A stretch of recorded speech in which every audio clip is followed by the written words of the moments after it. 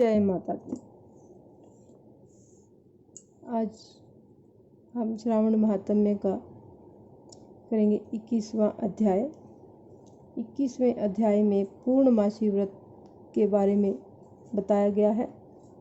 उससे पहले आप हमारे चैनल पर अभी जुड़े हैं तो कृपा करके चैनल को सब्सक्राइब कर लीजिए और घंटी जैसे दिखने वाले बटन को भी दबा लीजिए ताकि आने वाली नई वीडियोज़ आप तक पहुंच सके। तो शुरू करते हैं आज का अध्याय। आज का अध्याय 21वां अध्याय पूर्णमासी व्रत कथा। सनत कुमार ने भगवान शंकर से पूछा, हे प्रभु, आप अब मुझे पूर्णमासी की विधि बताने की कृपा करें। भगवान शिवजी बोले, हे तात, श्रावण शुक्ल पूर्णिमा को वेदोत्सर्जन उपाकर्म होता है या फिर पौ माह की पूर्णिमा को यह उपाकर्म किया जाता है। उत्सर्जन में पौ माह या माघ माह की प्रतिपदा तिथि या रोहिणी नक्षत्र बताया गया है। दूसरा समय अपनी अपनी शाखा के अनुसार उत्सर्जन तथा उपाकर्म दोनों एक ही समय करने उत्तम कहे गए हैं।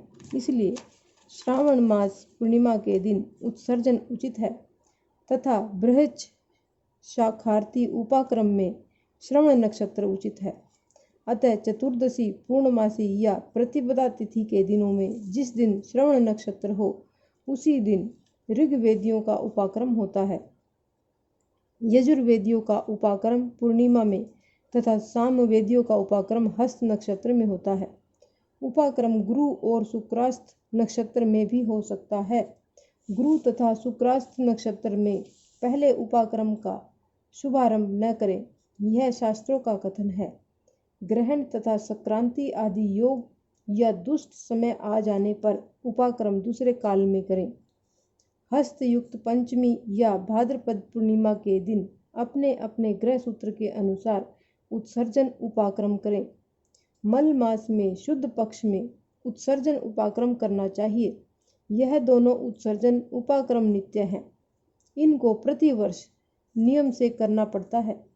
उपाकर्म की समाप्ति पर द्विजातियों के समक्ष उसी सभा में श्रेष्ठ सभादीप समर्पण करना चाहिए। उसे आचार्य या अन्य ब्राह्मण को दे देना चाहिए। प्रथम सोने, चांदी या तांबे के पात्र में 1 किलोग्राम गेहूं रखकर उसके ऊपर आटे का बनाकर रखें। उसमें घी या तेल भरकर 3 बत्तियां जलानी चाहिए तथा पान सहित ब्राह्मण को देकर दक्षिणा देनी चाहिए। ब्राह्मण को पूजन कर यह मंत्र बोले, यह श्रेष्ठ सभादीप दक्षिणा तथा पान सहित देव देवार्थ हेतु भेंट कर रहा हूँ। मेरे सभी मनोरथ पूर्ण हो तथा पुत्र पौत्र आदि का भविष्य उज्जवल हो, यश की वृद्धि हो। इस प्रकार 5 वर्ष पश्चात उद्यापन करना न भूलें।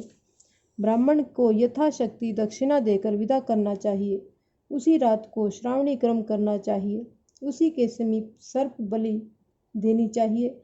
ये दोनों कार्य अपने अपने ग्रह सूत्रों को देखकर करने चाहिए। इसी तिथि में भगवान हयग्रीव का अवतार हुआ था। उस दिन हयग्रीव जयंती महोत्सव मनाना चाहिए। श्रावण मास पूर्णिमा को श्रावण नक्षत्र में भगवान हयग्रीव का जन्म हुआ था। उसी समय संपूर्ण पाप नाशक सामवेद गाया गया था।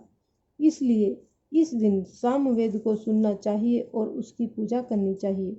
वहाँ अपने बंधु बांधवों तथा मित्रों के साथ भोजन करना चाहिए और मनोविनोद के खेल खेलने चाहिए। हयग्रीव की पूजा करनी चाहिए। शुरू में प्रणव भोज करना चाहिए। उसके बाद भगवते तथा धर्माय कहकर चतुर्थंतर आत्मविशोधन शब्द की योजना करनी चाहिए। अंत में नमः शब्द का उच्चारण करना चाहिए। यह 18 अक्षरों का मंत्र सब सिद्धियों को प्रदान करने वाला तथा वैश्य मोहन आदि प्रयोगों का एक ही सार्थक मंत्र है। इसका पुरस्चरण अक्षर संख्या के अनुसार 18 लाख या 18,000 हैं, परंतु इस कलयुग में इसका चौगुना करना चाहिए। इस प्रकार करने से भगवान हयग्रीव प्रसन्न होते हैं और सभी मनोकामनाओं को पूर्ण कर देते हैं। इसी दिन रक्षाबंधन का पर्व भी मनाया जाता है। यह सब रोगों का नाश करने वाला तथा अशुभों का नाश करने वाला है। हे सनत कुमार, इसके विषय में मैं तुम्हें अपना पुराना इतिहास सुनाता हूँ। पहले इंद्राणी ने इंद्र की जय के लिए इसे किया था। पुराने समय में देव और असुरों ने संग्राम छिड़ गया जो 12 वर्ष तक चला। इंद्राणी ने उसी समय इंद्र को थका जानकर कहा, हे देव, आज चतुर्दशी है, कल सुबह मैं रक्षाबंधन करूंगी, जिसके करने से आप अजय हो जाएंगे। इतना कहकर इंद्राणी ने पूर्णिमा के दिन मंगल आदि कर हर्ष देने वाली रक्षा को इंद्र के दाहिने हाथ में बांध दिया। इंद्र ने रक्षा बंधवाकर ब्राह्मणों के साथ स्वस्ति वाचन किया और इसके बाद असुर सेना पर आक्रमण कर दिया। देखते ही देखते इंद्र बलशाली असुरों पर विजय प्राप्त कर ली। भगवान भोलेनाथ बोले, हे सनत कुमार, श्रावण मास की पूर्णिमा के दिन मनुष्य को प्रातःकाल श्रुति स्मृति विधान द्वारा स्नान करना चाहिए। संध्या जप आदि करके पितृ देवता तथा ऋषि तर्पण करना चाहिए।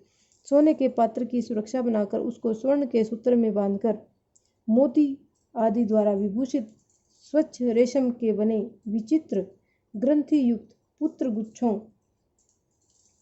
पत्र गुच्छों से सुशोभित सरसों चावलों के अंदर रखकर आकर्षक बनाना चाहिए, यानी राखी बनानी चाहिए।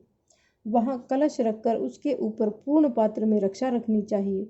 सुंदर आसन पर सगे संबंधियों सहित बैठकर मंगल गान करना चाहिए। इसके बाद येन बद्धो बलि राजा दानवेंद्रो महाबले तेन त्वा बंधानी रक्षे मांचले मांचले मंत्र का उच्चारण करना चाहिए। मंत्र एक बार फिर से देखिए। येन बद्धो बलि राजा दानवेंद्रो महाबले तेन त्वाम बंधनानि रक्षे मांचले मांचले। ब्राह्मण, क्षत्रिय, वैश्य, शूद्र तथा अन्य व्यक्तियों को भी पहले ब्राह्मणों की पूजा करके रक्षाबंधन करना चाहिए। इस प्रकार जो रक्षाबंधन करता है वह सब दोषों से छूट जाता है। परंतु रक्षाबंधन का कार्य भद्रा नक्षत्र में कदापि नहीं करना चाहिए। भद्रा नक्षत्र में इसको करने से विपरीत फल प्राप्त होता है। इस प्रकार श्रावण महात्म्य का 21वां अध्याय संपूर्ण होता है। जय माता की। इसी प्रकार की अन्य रोचक धार्मिक कथाएं सुनने के लिए हमारे चैनल को कृपया सब्सक्राइब कीजिए और लाइक कीजिए।